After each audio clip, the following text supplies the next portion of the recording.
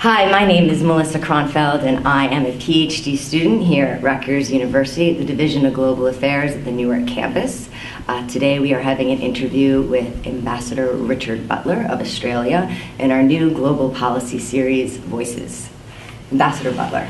Hi. Hi, how are you? I'm well, good to see Fantastic. you. And great to be at Rutgers. Thank you. Where you have an honorary degree I from? have an honorary doctorate from this fine university.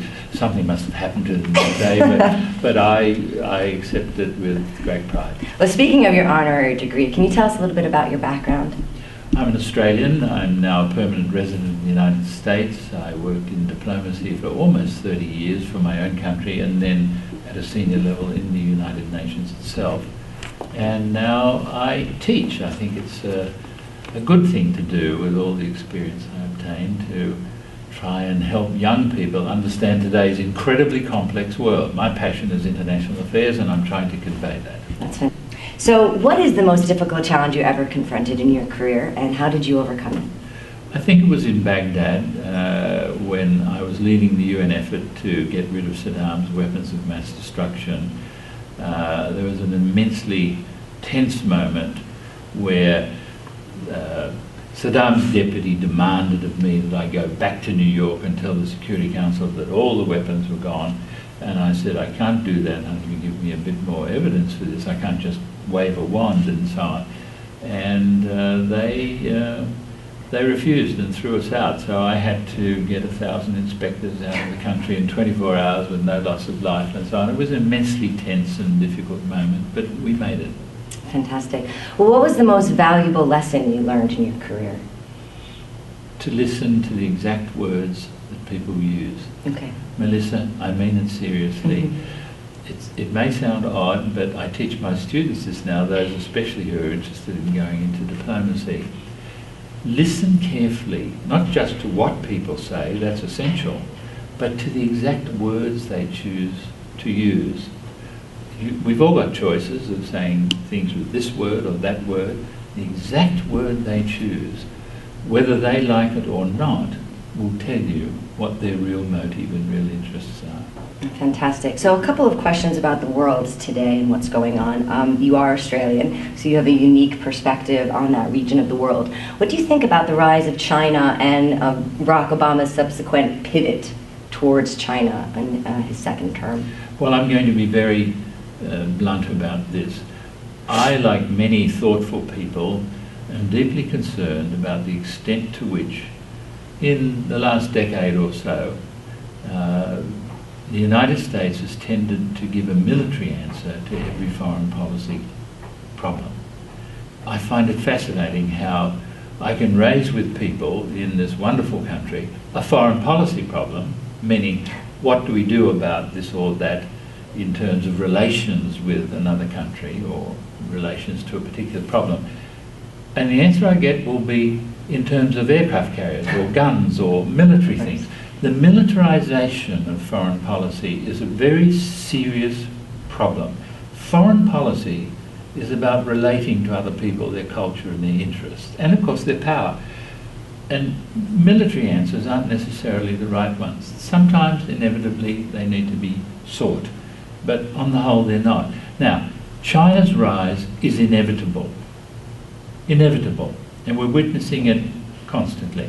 It will also change. China will have to change internally if it's to solve some of its own problems. What we should do is rise with them, is work with them, not talk about encircling them militarily. I'm not sure that that's an accurate description of the pivot to the east. I'd like to think that the pivot to the east, to the Pacific, is in terms of that I described first as desirable, as rising with China, competing with it, sure, but working with it, not militarily encircling it. If that were done, then there'd be serious trouble. So you also spent a lot of time in the Middle East, as you mentioned, and what do you think about the future of the Middle East in light of the recent revolutions? What the future holds for that region of the world? This is really very unsatisfactory answer, but you know, I don't know. It's so dynamic. Look at what happened in the last 10 days. Now, by the time people are watching what we're talking about, a further 10 days will have occurred and it would have all moved on. What I'm getting at is The new president of Egypt did what appeared to be splendid work in helping stop the fighting that was taking place between the Gaza, Hamas, and Israel. Within days after that, he's plunged into a crisis at home because of a declaration he made about his powers, and so the people are out in Tahrir Square again, and you know, the Arab Spring or revolution seems to be continuing. Look, I don't know what the future holds for the Arab world as a whole. I do think there must be liberalisation of the political arrangements. They are very old-fashioned in some countries, and they can't continue, I think, for much longer. Whether that will be a peaceful revolution or not is the thing that is really hard to answer just now. I'd like just one follow-up on that question. What about the future of Syria? There's 35,000 people dead, 300,000 refugees. What's the next step in Syria? Well, today, on the 3rd of December 2012, I'm deeply concerned about reports, even in the last 48 hours, that the government in Damascus seems to be determined to fight these rebels by whatever means can be at their disposal. There are authoritative reports that they may be considering using chemical weapons. Now, that's a disaster. And so I'm quite pessimistic on the 3rd of December this year on where that's going to go.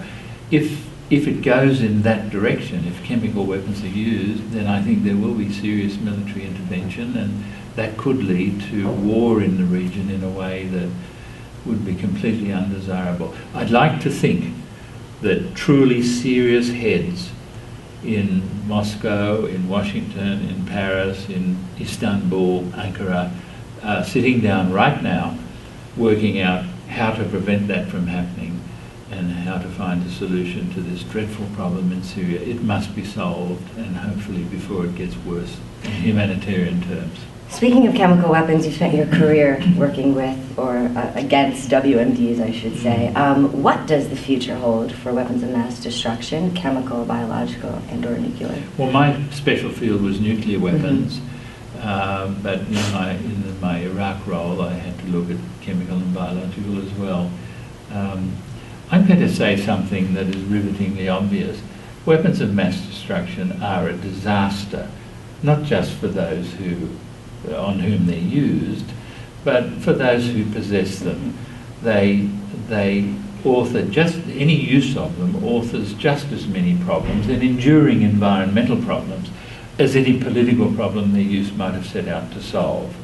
The only sensible future for them is what we've done with chemicals and biologicals.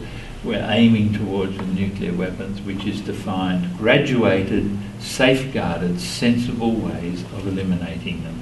It's not beyond human capability to say these things are uncivilized, they should be in no one's arsenal, and we can work out ways to ensure that that remains the case.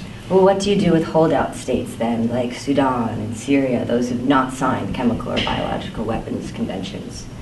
We are thoroughly experienced through the International Atomic Energy Agency, for example, and now the Chemical Weapons Organization, at inspecting and verifying compliance or not.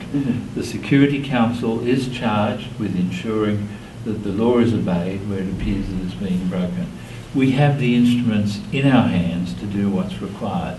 Hopefully, it would be on only rare occasions that these undertakings against WMD would need to be enforced. But have no doubt about it, on those occasions, the instruments are there through which it can be done, and if necessary, in my view, it should be done. So one final question, since we are here at Rutgers and we are in a program for global affairs, and there's many master's and PhD students here about to embark on a career once they graduate, what is your advice to these students looking to be involved in the world that you've made such a fantastic career for yourself?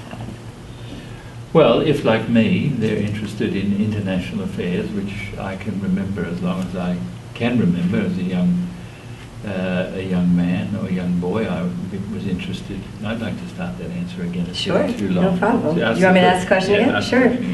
So since we're here at Rutgers University at the Division of Global Affairs, and there's plenty of master's and PhD students about to graduate and enter the real world, what advice do you have for them as they embark on their careers in international relations and global politics? Well, you're speaking to an international relations geek. When I was growing up, I was at a school in Sydney, Australia, where half of the kids in my school were the sons and daughters of refugees from Hitler's Europe. And so I was introduced to international affairs early, and I knew that's what I wanted to work in. The key place that you do seek to work is in the State Department. That's where foreign policy is made. It's also made on the Hill in the White House and so on, but the State Department is the professional diplomatic and foreign policy service. Problem with that is it's very hard to get into. And so I would urge students to also look at the other avenues where this can be done. There are think tanks, there are non-governmental organisations, and of course universities. Yes. There are all those ways that a contribution can be made to policy thinking and policy advising on how best to conduct international relations in what is frankly a very complicated world. Absolutely. Well, thank you so much for your time today. We really appreciate it. Thank you so much.